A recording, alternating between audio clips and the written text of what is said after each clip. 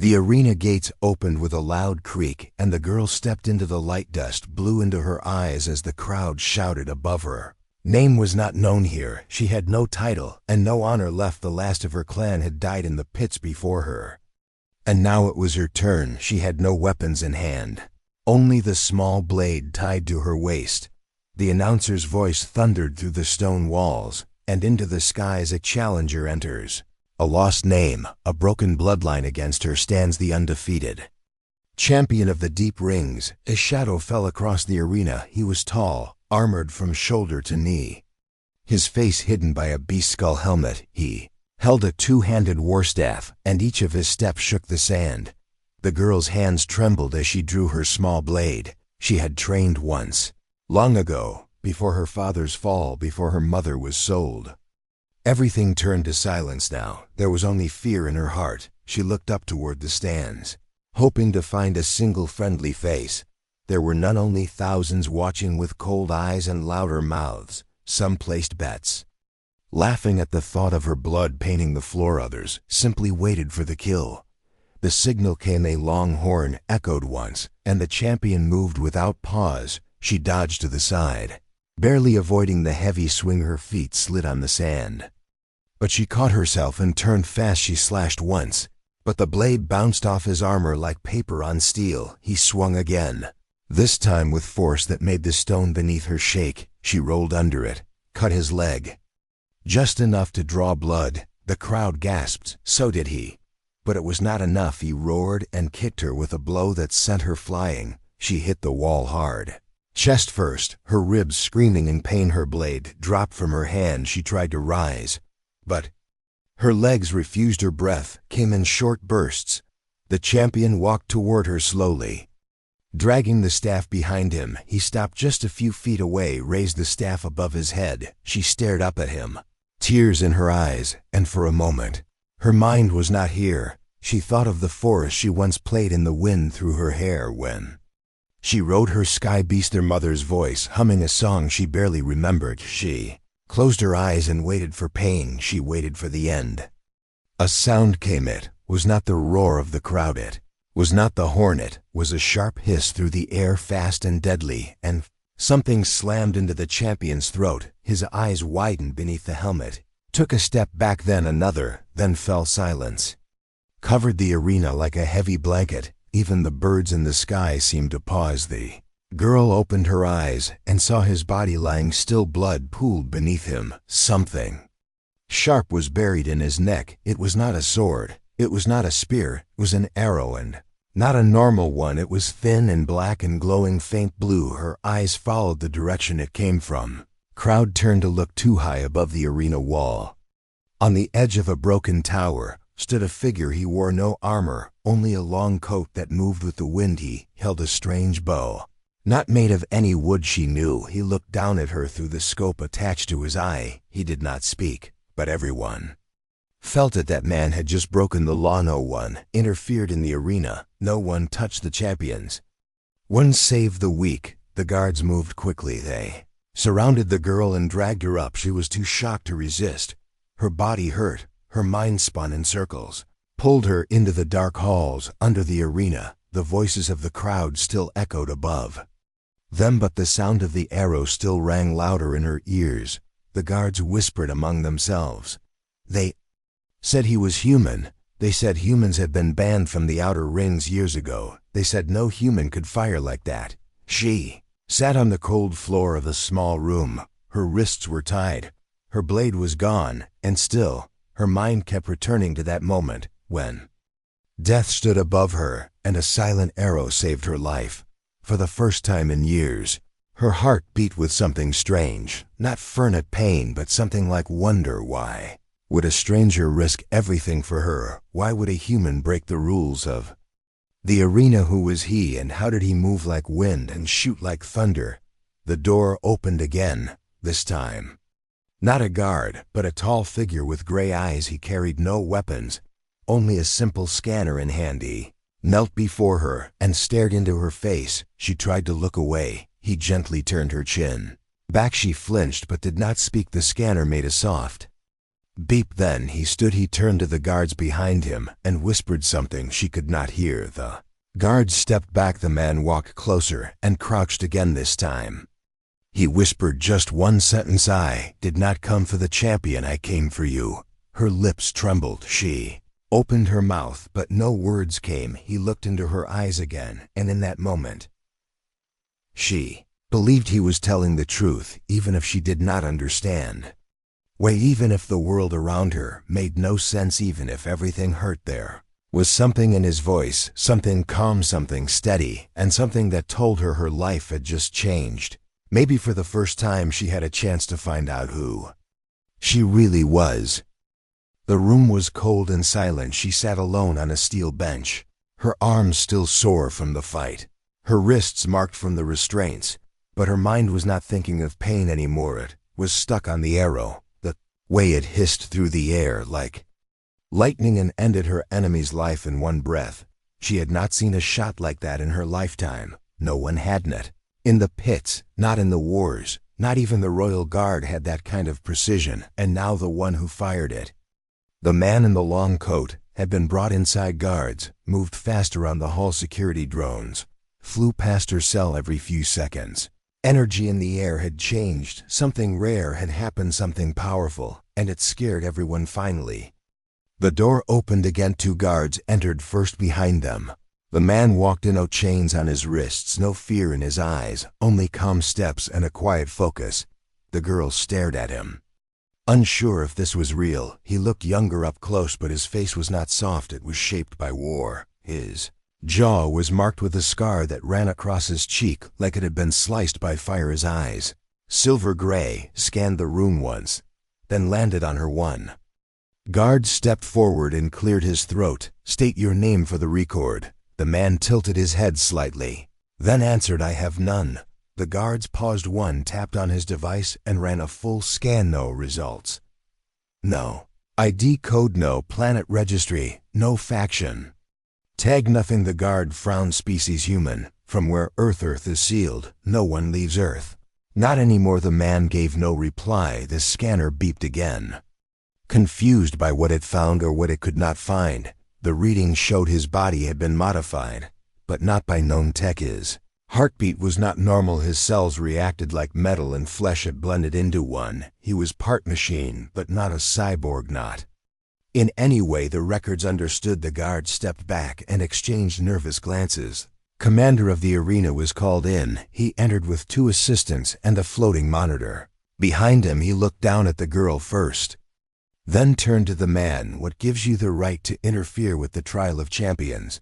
The human did not answer at once. He walked toward the girl, slowly, as if the others did not matter. She looked up at him, unsure whether to trust him or fear him. He knelt down beside her and spoke in a low voice. "Are you hurt?" She nodded. Barely. He turned back to the commander. "I am claiming her." The room froze. The commander blinked. "You? What? I am placing a claim on her protection. By old laws. That law is no longer recognized. It will be now. By whose authority? Mine." The room erupted in whispers. The assistants pulled up ancient codes, searching for the law he spoke of. It was a rule buried deep in the history of arena blood rights, long forgotten. A protector could claim a fighter's life if done immediately after battle and in public view. No one had used it in generations, not since the Empire changed the laws, but technically it was still valid. Commander's face darkened. "You fired a weapon into the arena, killing a reigning champion. You should be dead already, and yet here I am and you are asking questions." The tension in the room grew heavier. The girl looked between them, her breath shallow. The guards were unsure what to do. The human finally stood. "I am not here to harm your rules, but I will not let her die." The girl found her voice again. "Why me? Why would you do this?" Looked at her with eyes that did not blink. "Because I know what it feels like to kneel and wait for death, and because when someone once chose to save me, everything changed." Had no answer to that, only silence. The commander made a decision. If he wanted to use old law, then he would be bound to her. Injuries, her actions, her fate, whatever happened to her, would fall on him. If she attacked someone, he would be punished. If she fled, he would be hunted. The commander asked him if he accepted. The man nodded once. Yes, the bind was sealed with a tracker code, pressed into the skin of their arms, a mark only old machines could read. It glowed for a moment, then faded. She was now under his protection, but more than that, she was now his responsibility. The guards unlocked her cuffs and helped her stand. Her legs shook, but she did not fall. He was already beside her, one hand ready to catch her if needed. For a moment, the room watched them in silence. A girl once left to die, now linked to a human who had no record, no name, and no fear. They walked out together. The halls whispered behind them. Some guards turned away, others stared, unsure what they had just witnessed in the upper tower. A group of elite officers watched the footage again and again. The shot, the kill, the words he used. One of them whispered, "We need to alert the circle. If he's from where I think he is, we have a problem." The others agreed. A search began. Old war files were pulled from vaults, banned experiments, lost soldiers, failed projects, but one photo kept returning in fragments. A man with a scar like fire, a man who should not be alive. The girl was taken to a private chamber far from the pits. Clean clothes were brought in. She looked at her reflection for the first time in weeks. The cuts across her face, the dirt in her hair, old pain still hidden in her eyes. But something else was there now, something new, a small spark, like a light waking inside her. He stood outside the chamber door, waiting. He had not told her his full story, not yet. He had not told her what he had seen beyond the sealed gates of Earth, or what the stars had done to him. But one thing was certain: he had not come to play hero. He had come for a reason, and now that reason was her. She walked out of the chamber in silence, stood beside him, and for the first time in her life, she felt like she belonged beside someone, not behind, not beneath, but beside, and that changed everything. The silence between them stretched as they walked through the narrow halls of the medical wing. She limped slightly, though she tried not to show. I walked beside her, steady, silent, watching everything. Guards stood at every corner, but none dared stop them now. They passed scanner gates, medbots, and nurses who stared too long before quickly looking away. The girl didn't speak, not until they reached the door of the healing room. "Why me?" Her voice came out softer than she wanted. He looked at her and paused. "Because you were about to break, and no one else cared." The room hissed open, and warm light spilled out. She blinked at the brightness inside. Soft beds lined the walls. A medic approached with an old healing pod, half-dented and humming like it had survived wars. She raised an eyebrow at the machine. "That thing still works?" He nodded. "Once it worked for me." Medic left them alone. He turned to her and pointed to the pod. "Get in." She hesitated, then sat on the edge of the pod and let her legs slide in first. The machine whirred to life. Cold mist rose from the base and covered her in gentle fog. Her wounds started to sting, then cooled down. She laid back slowly, muscles relaxing for the first time in days. She turned her head to him. "Tell me something real, something true." He sat on the bench beside her, his back straight, his coat folded neatly beside him. "I was not born like this. I was made." She looked at him carefully. "Mean trained?" He shook his head. "No, made. They took boys who wouldn't be missed, changed our blood, grew something new under our skin." His fingers brushed the collar of his shirt. She saw faint lines beneath it, marks like burned-in metal, too perfect to be scars, too ugly to be art. She tried to sit up, but the machine kept her down gently. "How did you escape? I didn't. They let me go, or maybe they lost control." She frowned. "What do you mean?" He paused for a moment, then opened his coat halfway and pulled his shirt aside. She gasped before she could stop herself. His chest was a map of wires and symbols, like veins drawn in silver. They glowed faintly under his skin, pulsing with each breath. "What are those?" They tried to grow a nervous system that could connect to machines. It didn't work on the others, but it worked on me. They thought I'd break, but I didn't. She stared at him, unsure if what she felt was fear or something else, something more human. "You still feel pain?" He looked at her for a long moment. "I feel everything." She looked away, eyes burning. "Why save me? Then you could have left." He leaned forward slightly. "Because I know what it feels like to want to matter to someone, and you didn't want to die." "Not really." She blinked fast to hide the tears. Pod beeped softly. Your ribs are healing. You'll walk better tomorrow. She smiled weakly. Tomorrow feels far away. He stood. Walked to the window beyond the glass. The sky was dark. 2 moons hovered over the arena towers. The city below was still awake, still watching, still talking about what happened. He spoke again. They think I'm a mistake, a threat, but I think I'm just tired of watching people break and doing nothing. She sat up slowly as the mist faded. Her body ached lest she swung her legs over the edge of the pod and placed her feet on the floor. You don't talk like a soldier. You talk like someone who lost something. He looked at her from the window. We all lose something. Question is whether we let it stay lost. She looked down at her hands. They were still shaking, but less than before. She reached for a cup of water beside the pod. Her fingers brushed his when he passed it to her. His skin was warm, more human than she expected. He sat back down. I saw you fight. You weren't ready, but you didn't run. That matters. Sipped the water and wiped her mouth. You have seen better fighters. Yes, but they didn't survive. She met his eyes again. You still haven't told me your name. I don't use it anymore. Then what do I call you? Call me whatever you need to. She nodded, then whispered, protector. He didn't reply, but his jaw tightened and she saw something pass across his eyes. Not pride, something older, like regret. The door buzzed again. The medic returned with a data tablet. You clear to leave, but the arena lords want to speak with both of you. She frowned. Why now? The medic shrugged. You're part of a story now. People want to know why you're still alive and why he fired the arrow. They walked together down the long hall, this time side by side. No guards pushed them, no cameras flashed, but the silence felt heavy, not just with fear, but with questions. At the far end, the council room waited behind the closed doors. Power sat in robes and shadows. She looked up at him one last time before they stepped in. You ready? He didn't smile, but he nodded. Always. The doors opened and light spilled in for the first time. She felt like she wasn't walking into a trap. She was walking beside someone who had already survived the fire, and now he was ready to pull her through it too. The council room was colder than she expected, not just in temperature, but in silence. 7 figures sat on high chairs above them, faces hidden behind glass masks. Only one of them spoke. His voice filled the chamber like a slow storm building behind clouds. Broke the sacred rule. He looked at her, then at the man beside her. She did not answer. She knew the words would not matter here. They had already made up their minds.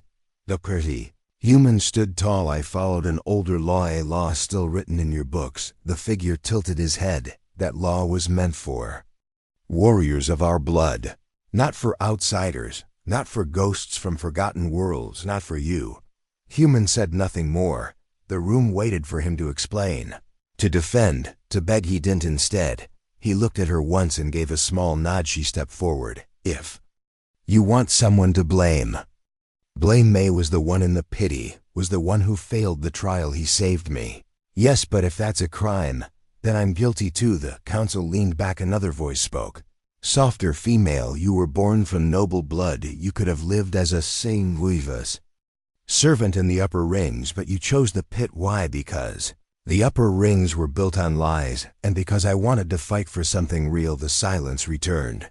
The third voice came, deep and cold. You are both marked now by choice and by action. We cannot allow you to inspire more rebellion, but we also cannot kill you. Not yet. She blinked in confusion. Why not? Because the people saw you survive, and now they talk. If you die today, we'll riot tomorrow. We need your deaths to be slow. And seeing the council raised one hand together, we assign you to the gauntlet. 1 week from now, you will enter the arena again as a pair against 5 champions from 5 war worlds. You will fight them in front of the entire empire. No rules, no mercy, no exit. If you survive, you may walk free. If you fall, your blood will remind them what happens to those who break tradition. The floor beneath them pulsed with hidden light. The sentence was sealed. The guards stepped forward, but the human raised a hand. Don't bother. Well, walk. They left the chamber without another word. She followed him in silence until they reached the outer halls. Then she grabbed his arm. Are you insane? The gauntlet is suicide. That's not a fight. It's an execution. He looked at her. Then we make sure it ends differently. She pushed away from him and paced. I am not ready. I don't even know how to fight like that. L ripped me apart in the first round. He didn't move. Not the same girl who fell in the pit. She laughed once, not with joy, but disbelief. You really believe that I can barely breathe right now? He stepped closer. You want to live? Then we train. You want to win? Then we break their rules before they break us. She stopped pacing, looked at him fully. You think we can survive 5 champions? I don't plan to survive. I plan to win. The next day began before the sun rose. The training room they were given was old and dusty. One broken wall let the morning light pour in from above. She stood at one end, holding a practice blade. He stood at the other, unarmed. She narrowed her eyes. Where's your weapon? He opened his hands. Are my weapon? She frowned. That's not helpful. He moved fast, too fast. In one blink, he was beside her. Her blade dropped. He caught it before it hit the floor and handed it back. She breathed hard. How did you move like that? You learn. He trained her without mercy. Each time she fell, he helped her up. Each time she failed, he showed her again. They trained for hours without rest. Her hands bled, her muscles shook, but she kept going. He showed her how to move faster, how to see before striking. He taught her to listen for breath, to feel weight shift, to sense fear. By the 3rd day, she could hold her ground against him. By the 5th, she could land strikes. By the 6th, she knocked him down once. He smiled when it happened. The only time he smiled all week. At night, they sat by the window. The stars were clearer from this side of the tower. She asked him about Earth. What was it like? He was quiet for a while, then said blue, loud and lost. She didn't press. She knew pain. When she heard it, she shared stories too, of her home planet before the lords came, of her mother's garden, of the sound the rivers made at night. She hadn't spoken about it in years. He listened, really listened, like every word mattered. The day before the gauntlet arrived fast. They stood in the locker room with armor laid out before them. Not much protection, like gear for speed, not safety. She ran her fingers over the smooth metal. You ready? He tightened his gloves. No, but I'm not afraid. She looked at him. What happens if we lose? Then we go down fighting, and they'll never forget it. She nodded once, tied her hair back, and walked with him toward the gates. The arena waited. So did the 5 champions, 5 planets, 5 monsters, all trained to kill. She had once walked into the pit with fear in her chest, but now she walked with fire, and the man beside her was no longer a stranger. He was her blade, and she was his reason. The arena looked different this time, not because of the sand or the size, but because the silence felt like thunder before the storm. No cheers, yet no chants, just eyes, tens of thousands of them, watching the gates where the girl and the human stood, waiting to see if they would live through the next hour. The announcer's voice rolled across the sky like fire. Welcome to the gauntlet. 5 champions from 5 Bloodstar worlds, 5 killers, 5 monsters, 5 storms, and 2 marked to die. The human stepped forward first, his armor light, his coat gone, his body steady like he was walking into sunlight. The girl followed, sword on her back, eyes calm but sharp. She had been shaking just hours ago. Now she walked with her shoulders straight. She remembered his words, let fear come, then leave it behind. The far gates opened. One by one the champions stepped out. The first came from Zarnok.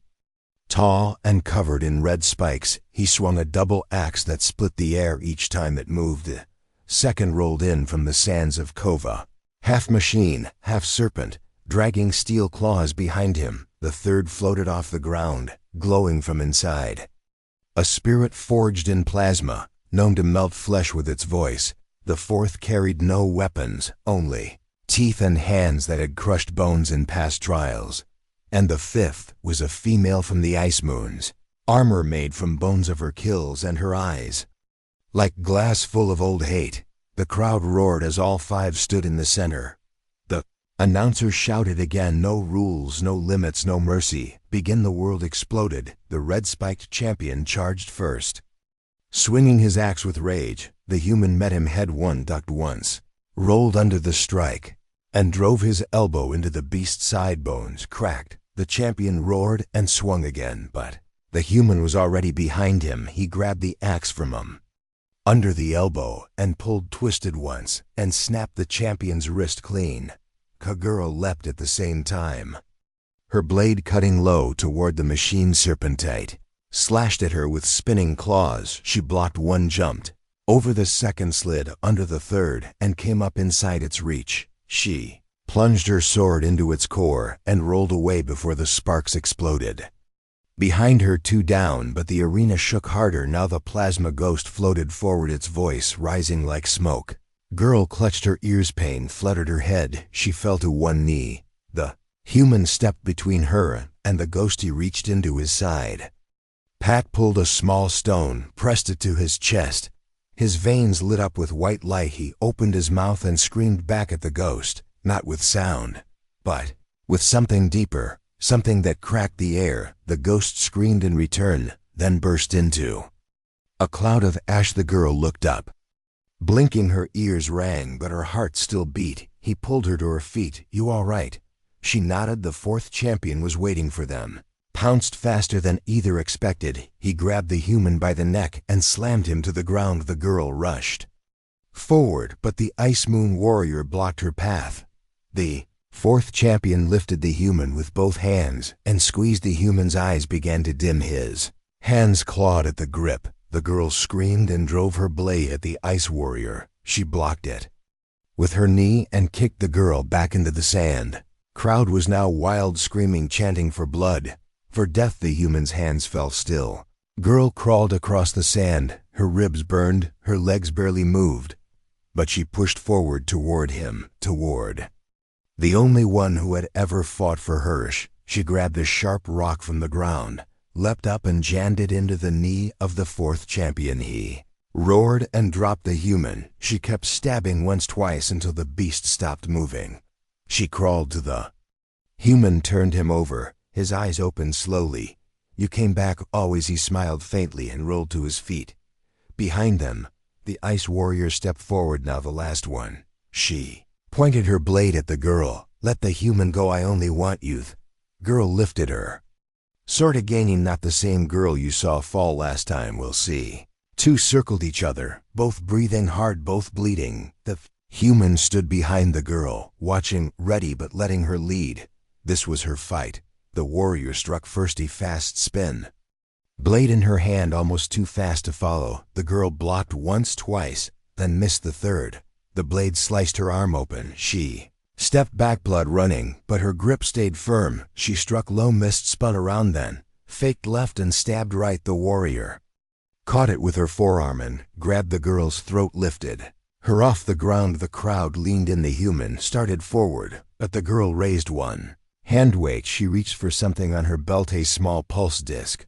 She pressed it to the warrior's chest and activated it.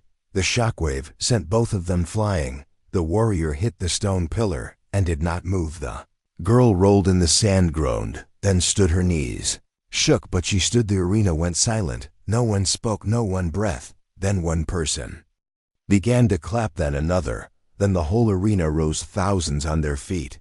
The girl looked up at the sky. The moon still hung there, but something had changed. She had changed. The human stood beside her again. She turned to him. It's over. He nodded. No, it's beginning. They walked out of the arena together. No guards stopped them. No orders came. The people had seen something they had never seen before. Hope not just strength, but choice.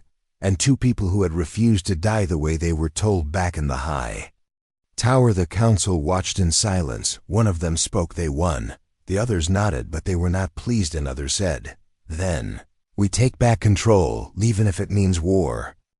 The tower room was quiet. She stood near the glass, watching the sky over the arena city. Her body still ached, covered in new bruises and half-healed wounds, but pain no longer felt like the enemy. It felt like a badge, proof she had survived. Behind her, the human sat on a low bench, sharpening a blade he had taken from the gauntlet match. He had cleaned the blood from it with care, like it meant something more than metal. She turned from the window. The arena officials have not called. No orders, no meetings, no rewards. He nodded without looking up. They are waiting for what? He lifted the blade to the light.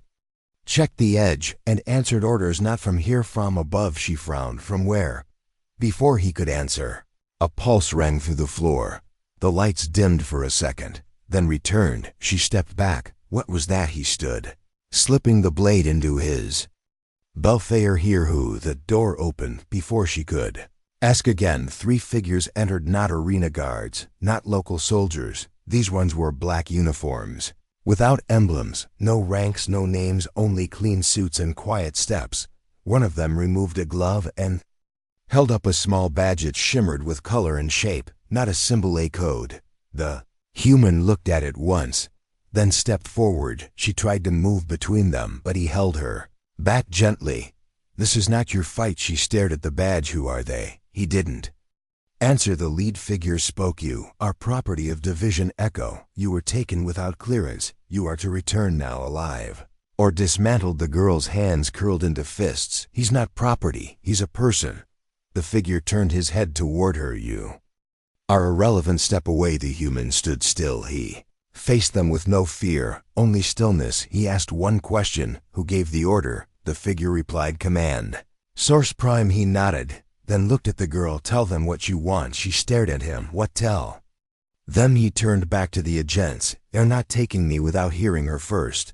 Room felt heavier, like the air itself had stopped moving. She swallowed hard, then said the words, I want him to stay. He is not yours to want. He saved my life. He gave me mine back. The lead figure stepped forward. One more word, and you'll be erased from the record. She opened her mouth, but the human raised his hand. No. He stepped closer to the agent. You don't scare her, and you don't scare me. You think I belong to you, but you lost that right when you left me in the deep. The agent didn't move. He lifted his hand and made a signal to drones. Entered the room from behind, floating silent, aiming weapons at his chest. Human stood still. She moved toward him, but he gave her a look. Not yet. The drones charged for half a second, then fired. White light filled the room. When it cleared, the human was still standing. The girl gasped. Energy had hit him full force, but something shimmered over his skin, like a second layer, a hidden shell. The agents took a step back. Impossible. Or you're still bound to the core. He moved faster than her eyes could follow. In 1 second, he had grabbed the drone on the right. In the next, he smashed it into the wall. The other fired again. He threw a chair into it, and it exploded mid-air. The agents reached for their weapons, but stopped when his hand lifted. He wasn't holding anything, but his eyes glowed faint white. Back away. They hesitated. He repeated the words, back away. The agents slowly lowered their hands. You were meant to be controlled. You were created to obey. He shook his head. You created a mirror and didn't like what you saw. They turned and left without another word. The door closed behind them. The silence returned. She walked to him, laid a hand on his arm. His skin felt hot. Too hot. You all right? He nodded, but his voice was too red. They'll be back stronger, with orders to take us both. She met his eyes. Then we run. He didn't answer right away. He looked at her. Really looked. You don't know what I am. You don't know what I've done. She stepped closer. Then tell me. He sat down again. She joined him. He began to speak, not quickly, not with pride, but like a man trying to understand his own past. As he said it out loud, I was part of a project to merge mind with code to make soldiers who didn't sleep or fear. They broke our bones to test regrowth. They wiped our memories to see what would come back. I killed people, good ones, without knowing why. Then one day I remembered my mother's voice. Something small, a lullaby, and it brought everything back. The pain, the truth, the rage. I escaped. I ran to the edge of the galaxy. I tried to forget, but they didn't. Listened not to judge, but to understand. What about the others like Yugon? All of them. Me am the last. He looked at his hands. Sometimes I still feel like I'm a weapon that forgot its target. She reached for his hand and took it in hers. You're not a weapon. You're my reason I'm still here, and I don't care what they call you. He looked at here. You'd run with me, even now, even knowing all this. She smiled. I'd run because of it, not in spite of it. You saved me once. Let me save you back. They stood again together. Walked to the window outside. Ships hovered over the distant towers. Dark shapes in the sky, watching, waiting. He turned to her. Then let's go before they make up their mind. She nodded. He Opened a panel behind the wall. Inside was a narrow tunnel lit by red lights. She stared. You planned. This always planned for escape. They stepped in. The panel closed behind them, and the arena tower faded behind them. But ahead a world waiting. Not safe, not easy, but theirs. The desert was endless. Red sand stretched from horizon to horizon, broken only by ruined towers and forgotten wreckage. The sun beat down without mercy, yet two figures moved across it, with quiet purpose. The girl walked beside the man, her cloak wrapped tight around her shoulders. His pace never slowed, even when the wind picked up or the dust burned their eyes. They had escaped the city 2 days ago. The agents had not followed, not yet, but the sky never felt empty anymore. Somewhere above them, someone was watching, waiting, planning. Still they walked still. They moved forward. Each step took them farther from the arena, farther from the past. They stopped at the edge of a canyon. Rocks below glowed faint blue from old tech, buried deep in the earth. The girl looked down. What now? The human reached into his belt and pulled out a small box. He pressed it once. A low hum filled the air. Then a door opened in the canyon wall. She stared. You built this? He nodded. A long time ago, before I tried to forget who I was. They stepped inside. The tunnel led to a hidden chamber. It was small, filled with supplies, maps, screens, and old gear. He set his pack down and turned on a screen. It showed the arena city behind them. Static flashed across it. Then a voice spoke. Unit Echo 5, you are ordered to return. Your delay is not acceptable. He turned the screen off without a word. The girl walked to one of the map's red marks showed outposts, safe zones, and ancient ruins. There are others like us out there. She touched a mark near the outer RMH. He nodded. Eve heard whispers. People who escaped, people who refused to kneel. We could find them. She turned to him. Or they could find us if we send a signal. He raised an eyebrow. You want to build something? No. She stepped closer. I want to build something better than what they had. Net an army, a home. He stared at her for a moment, then nodded once. They spent the next week rebuilding the chamber. They cleaned the old systems, rewired the lights, prepared weapons and medkits. The girl trained each day. Her blade no longer felt heavy. Her hands no longer shook. He taught her more each night, about the stars, about the codes buried inside the Empire's walls, about the stories he had tried to forget. And slowly he changed too. The sharp edges in his voice softened. The walls he had built inside himself began to break. She noticed how he paused before sleeping, how he always sat with his back to the door, how his eyes scanned every room like he had never known peace until now. They planted seeds in the dry soil outside. The first ones didn't grow, the second ones did. It was not much, but it was life, and it was theirs. One morning, a ship appeared on the horizon. It hovered low, painted in black and silver. She stepped outside first. He stood behind her. The ship opened and 3 figures stepped out.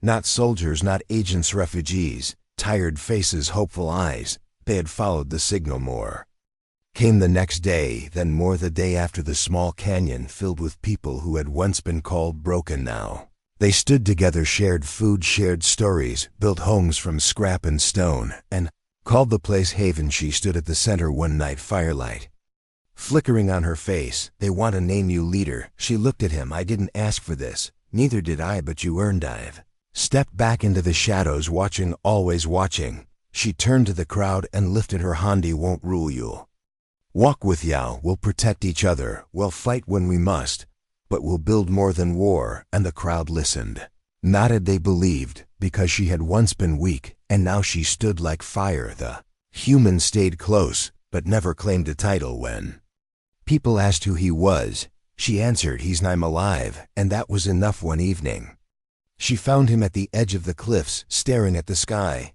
The stars had returned, clear and endless. She sat beside him. Do you miss Earth? He didn't answer right away, then said, I miss the parts I never got to know. The girl reached for his hand and held it. You don't have to run anymore. This place is yours too. He looked at her, really looked and nodded. The silence between them was not heavy anymore. It was warm, peaceful, like the space between heartbeats when everything feels right. News of Haven spread slowly, quietly. Others came with broken armor, with old wounds, But with strong hearts, they were not soldiers, not heroes, just people who had survived and chosen not to bow again one day.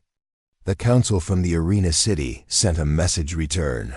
The traitor disband the Campo Bay. She read the message and smiled. Then burned it. She looked at the people she had helped protect and said, "Let them come. We are not afraid of those who hide behind fear. We were born from it. Now we shape it." And the camp cheered. The fire rose higher that night. Drums beat, children danced, and the human stood beside her, silent but finally at peace. He'd been made for war, but he had chosen life, and in the girl he had saved, he had found the one thing no machine could create: purpose.